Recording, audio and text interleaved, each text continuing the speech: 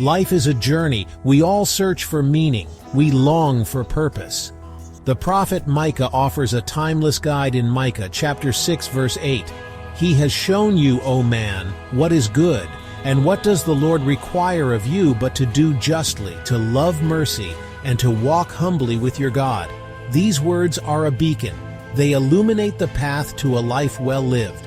Living justly, loving mercy, walking humbly, these are not mere suggestions. They are the very essence of a life aligned with God's heart. In a world often shrouded in darkness, these principles shine brightly. They offer a roadmap to navigate life's complexities with integrity and grace. This is a call to action for men. It's a call to embrace a life that reflects God's goodness and love. It's a call to live with purpose, knowing that our lives matter and that our actions have eternal significance. As we delve into each principle, let us open our hearts to the transformative power of God's Word. Let us seek His guidance to live lives marked by justice, mercy, and humility. Let us strive to be men of purpose, reflecting His love in all we do. Do justly. These words resonate deeply. They challenge us to live with integrity, honesty, and fairness. Justice is not a distant concept. It's a daily commitment. It's about how we treat others, whether it's in our homes, workplaces, or communities. Doing justly means being honest in our dealings.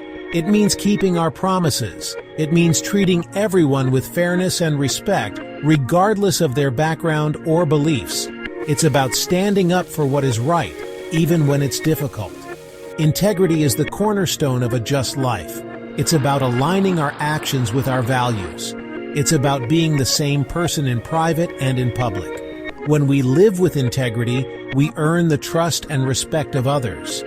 We also experience the peace that comes from knowing we are living in alignment with God's will. The world often tempts us to compromise our values for personal gain. But God calls us to a higher standard. He calls us to be men of integrity, men who stand firm in their convictions, men who are known for their honesty, fairness, and unwavering commitment to doing what is right. Love, mercy. These words invite us to embrace compassion, forgiveness, and kindness. Mercy is not just about showing pity, it's about actively demonstrating love and understanding toward those who have wronged us and those who are suffering. Loving mercy begins with cultivating a heart of compassion. It's about seeing the world through the eyes of empathy, recognizing the pain and struggles of others. It's about being quick to forgive, letting go of anger and bitterness. Forgiveness is not a sign of weakness, but a reflection of God's boundless mercy towards us. Kindness is the outward expression of mercy. It's about showing small acts of love and consideration to those around us. A kind word, a helping hand, a listening ear. These seemingly small gestures can have a profound impact on the lives of others. God, in His infinite mercy, has forgiven our transgressions. We, in turn, are called to extend that same mercy to others.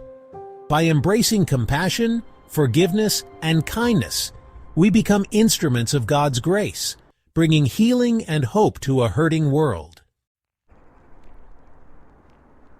Section 4. Walking Humbly. A posture of trust and surrender. Walk humbly with your God. This final phrase speaks to the heart of our relationship with God.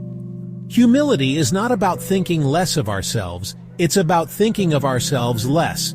It's about recognizing our dependence on God and surrendering our will to His. Walking humbly with God means acknowledging that we don't have all the answers. It means seeking His guidance in all aspects of our lives.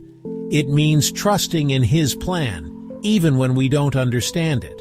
Humility is a posture of the heart. It's an attitude of surrender and trust. Pride often stands in the way of humility. It tells us that we are self-sufficient, that we don't need God. But true strength comes from acknowledging our weakness and placing our trust in God's power. When we walk humbly with God, we experience the fullness of His love and grace. We find freedom from the burdens of pride and self-reliance. We discover the joy of living in alignment with His will, knowing that He is leading us every step of the way. Section 5. Living out our purpose, a daily commitment. Living a godly life is not a destination, it's a daily journey.